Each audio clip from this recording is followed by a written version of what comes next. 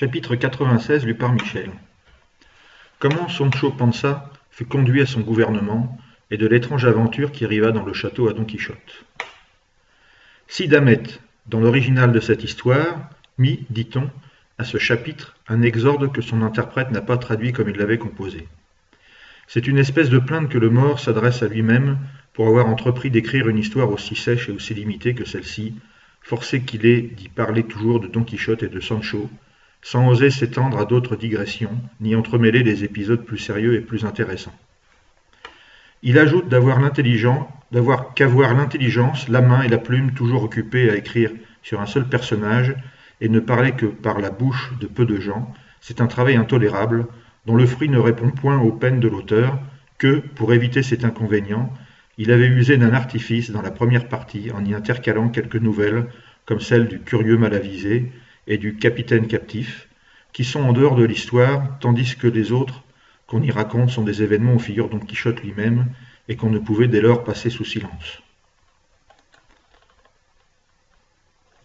D'autre part, il pensa, comme il le dit formellement, que bien des gens, absorbés par l'attention qu'exigent les prouesses de Don Quichotte, n'en donneraient point aux nouvelles et les parcouraient ou à la hâte ou avec dépit, sans prendre garde à l'invention ou à l'agrément qu'elles renferment, qualités qui se montreront bien à découvert quand ces nouvelles paraîtront au jour, abandonnées à elles seules et ne s'appuyant plus sur les folies de Don Quichotte et les impertinences de Sancho Panza. C'est pour cela que, dans cette seconde partie, il ne voulut insérer ni coudre aucune nouvelle détachée, mais seulement quelques épisodes nés des événements mêmes qu'offrait la vérité. Encore est-ce d'une manière restreinte, et avec aussi peu de paroles qu'il en fallait pour les exposer. Or donc, puisqu'il se contient et se renferme dans les étroites limites du récit, ayant assez d'entendement, d'habileté et de suffisance pour traiter des choses de l'univers entier, il prie qu'on veuille bien ne pas mépriser son travail et lui accorder des louanges, non pour ce qu'il écrit, mais du moins pour ce qu'il se prive d'écrire. Après quoi, il continue l'histoire en ces termes. Au sortir de table, le jour où il donna ses conseils à Sancho, Don Quichotte les lui remit le soir même par écrit pour qu'il cherchât quelqu'un qui lui en fît la lecture. Mais ils furent aussitôt perdus que donnés et tombèrent dans les mains du duc, qui les communiqua à la duchesse. Et tous deux admirèrent de nouveau la folie et le grand sens de Don Quichotte. Pour donner suite aux plaisanteries qu'ils avaient entamées, ce même soir, ils envoyèrent Sancho, accompagné d'un grand cortège, au bourg qui, pour lui, devait être une île. Or il arriva que le guide auquel on l'avait confié était un majordome du duc, fort spirituel et fort enjoué, car il n'y a pas d'enjouement sans esprit, lequel avait fait le personnage de la comtesse Trifaldi de la façon gracieuse qu'on a vue. Avec son talent et les instructions que lui avaient données ses maîtres sur la manière d'en agir avec Sancho, il se tira merveilleusement d'affaire.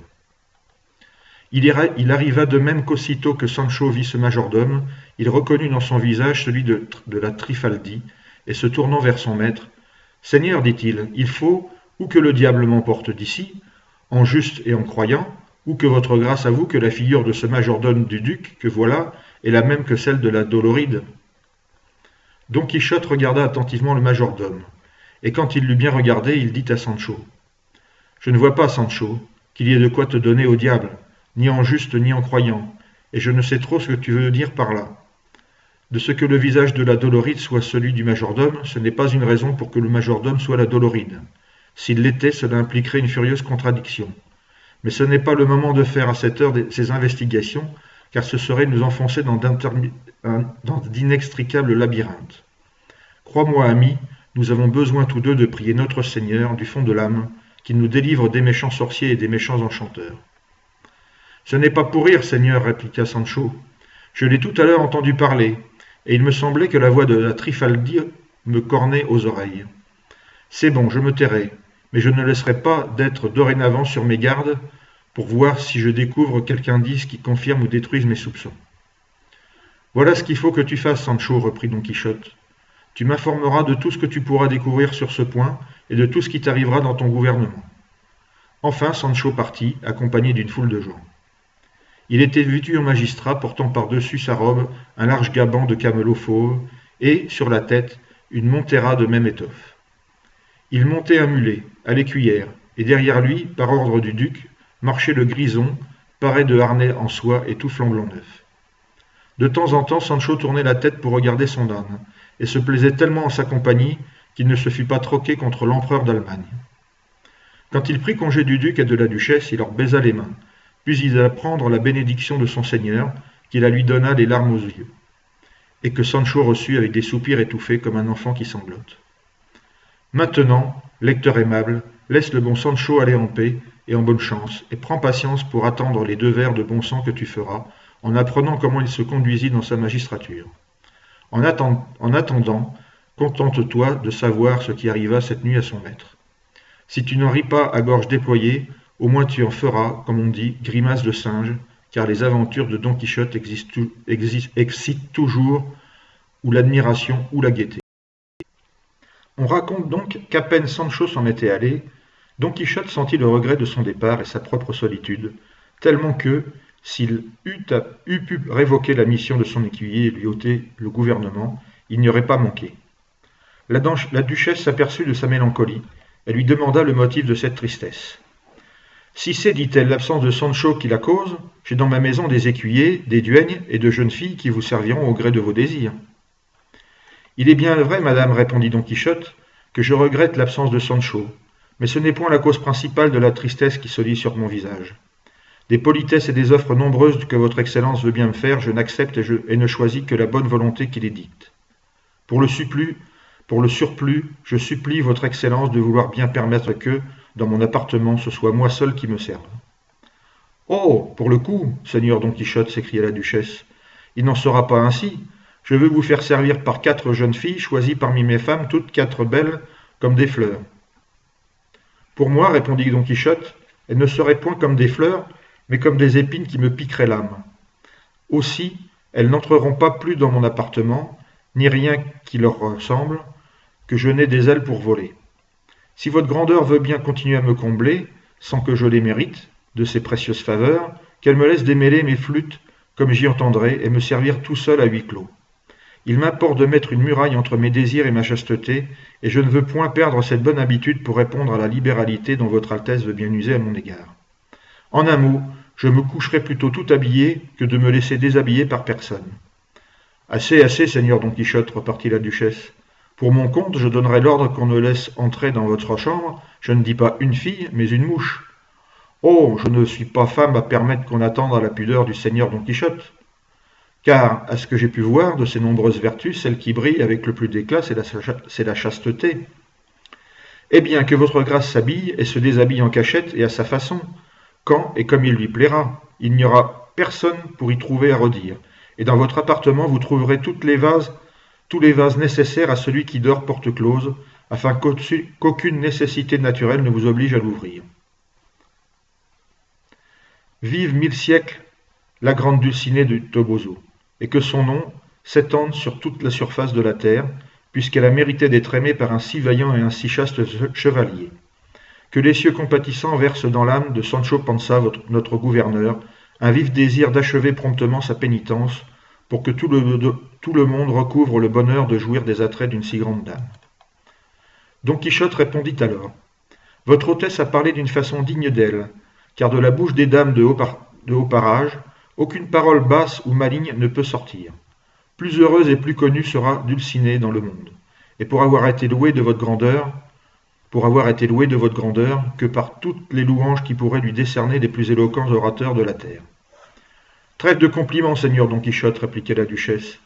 Voilà l'heure du souper qui approche, et le duc doit nous attendre. Que votre grâce m'accompagne à table. Puis vous irez vous coucher de bonne heure, car le voyage que vous avez fait hier à Candaya n'était pas si court qu'il ne vous ait causé quelque fatigue. Je n'en sens aucune, madame, répartit Don Quichotte, car j'oserais jurer à votre Excellence que, de ma vie, je n'ai monté sur une bête plus douce d'allure que Clavilène. Je ne sais vraiment ce qui a pu pousser Malan Bruno à se défaire d'une monture si agréable, si légère, et à la brûler sans plus de façon. On peut imaginer, répondit la duchesse, que, repentant du mal qu'il avait fait à Trifaldi et compagnie, ainsi qu'à d'autres personnes, et des méfaits qu'il devait avoir commis en qualité de sorcier et d'enchanteur, il voulut anéantir tous les instruments de son office, et qu'il brûla Clavilène comme le principal, comme celui qui le tenait le plus dans l'incertitude et l'agitation, en le promenant de pays en pays. Aussi, les cendres de cette machine et le trophée de l'écriteau rendront-ils éternel témoignage à la valeur du grand Don Quichotte de la Manche. Don Quichotte adressa de nouveau de nouvelles grâces à la duchesse, et dès qu'il eut soupé, il se retira tout seul dans son appartement, sans permettre que personne y entrât pour le servir, tant il redoutait de rencontrer des occasions qui l'engageassent ou le contraignissent à perdre la fidélité qu'il gardait à sa dame Dulcinée, ayant toujours l'imagination fixée sur la vertu d'Amadis, fleur et miroir des chevaliers errants. Il ferma la porte derrière lui, et, à la lueur de 2 bougies, commença à se déshabiller. Mais pendant qu'il se déchaussait, ô disgrâce indigne d'un tel personnage, il lâcha non des soupirs, ni aucune autre chose qui pût démentir sa propreté et la vigilance qu'il exerçait sur lui-même, mais jusqu'à 2 douzaines de mailles dans un de ses bas, qui demeura taillé à jour comme une jalousie. Cet accident affligea le bon seigneur au fond de l'âme, et il aurait donné 1 once d'argent pour avoir là un demi-gros de soie verte. Je dis de soie verte parce que les bas étaient verts. Ici, Ben Angeli fit une exclamation, et tout en écrivant s'écria « Ô pauvreté, ô pauvreté ! Je ne sais quelle raison put pousser ce grand poète de Cordoue à t'appeler saint présent ingratement reçu. Quant à moi, quoique mort, je sais fort bien, par les communications que j'ai eues avec les chrétiens, que la sainteté consiste dans la charité, l'humilité, la foi, l'obéissance et la pauvreté. Toutefois, je dis que celui-là doit être comblé de la grâce de Dieu, qui vient à se réjouir d'être pauvre, à moins que ce ne soit de cette manière de pauvreté dont l'un des plus grands saints a dit « Possédez toutes choses comme si vous ne les possédiez pas ». C'est là ce qu'on appelle pauvreté d'esprit. Mais toi, seconde pauvreté, qui est celle dont je parle, pourquoi veux-tu te heurter toujours aux hidalgos et aux gens bien nés plutôt qu'à toute autre espèce de gens?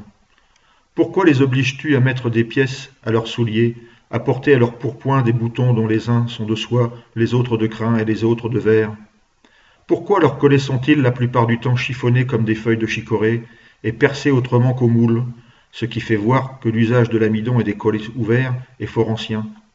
Puis il ajoute « Malheureux, l'hidalgo de notre sang qui met son honneur au régime, mangeant mal et à porte close, et qui fait un hypocrite de son cure-dent, quand il sort de chez lui, n'ayant rien mangé qui l'oblige à se nettoyer les mâchoires. Malheureux celui-là, dis-je, qui a l'honneur ombrageux, qui s'imagine qu'on découvre d'une lieue le rapiessage de son soulier, la sueur qui tache son chapeau, la corde du drap de son manteau et la famine de son estomac. » Toutes ces réflexions vinrent à l'esprit de Don Quichotte, à propos de la rupture de ses mailles. Mais il se consola en voyant que Sancho lui avait laissé des bottes de voyage, qu'il pensa mettre le lendemain. Finalement, il se coucha tout pensif et tout chagrin, tant du vide que lui faisait Sancho que de l'irréparable disgrâce de ses bas, dont il aurait volontiers ravaudé les mailles emportées, fût-ce même avec de la soie d'une autre couleur, ce qui est bien l'une des plus grandes preuves de misère que puisse donner un hidalgo dans le cours de sa perpétuelle détresse. Il éteignit les lumières, mais la chaleur était étouffante, et il ne pouvait dormir. Il se releva pour aller entr'ouvrir une fenêtre grillée, qui donnait sur un beau jardin, et il entendit, en l'ouvrant, que des gens marchaient et parlaient sous sa croisée. Il se mit à écouter attentivement. Alors, les promeneurs élevèrent la voix assez pour qu'il pût entendre cette conversation. « N'exige pas, ô Émérancy, n'exige pas que je chante, puisque tu sais bien que, depuis l'heure où cet étranger est entré dans le château, depuis que mes yeux l'ont aperçu, je ne sais plus chanter, mais seulement pleurer. D'ailleurs, madame a le sommeil plus léger que pesant, et je ne voudrais pas qu'elle nous surprît ici pour tous les trésors du monde. Mais quand même elle dormirait et ne s'éveillerait point, à quoi servirait mon chant s'il dort et ne s'éveille pas pour l'entendre, ce nouvel aîné qui est arrivé dans nos climats pour me laisser le jouet de ses mépris? N'aie point ces scrupules, cher Altisidore, répondit-on. Sans doute la duchesse et tous ceux qui habitent cette maison sont ensevelis dans le sommeil, hors celui qui a éveillé ton âme et qui règne sur ton cœur. Je viens d'entendre ouvrir la fenêtre grillée de sa chambre, et sans doute il est éveillé. Chante, ma pauvre blessée, chante tout bas sur ton suave et doux au son de ta harpe. Si la duchesse entend, nous nous excuserons sur la chaleur qu'il fait.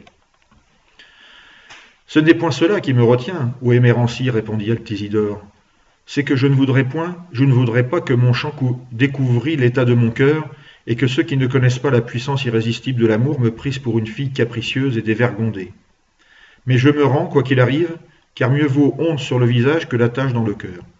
Aussitôt, Elle prit la harpe et en tira de douces modulations.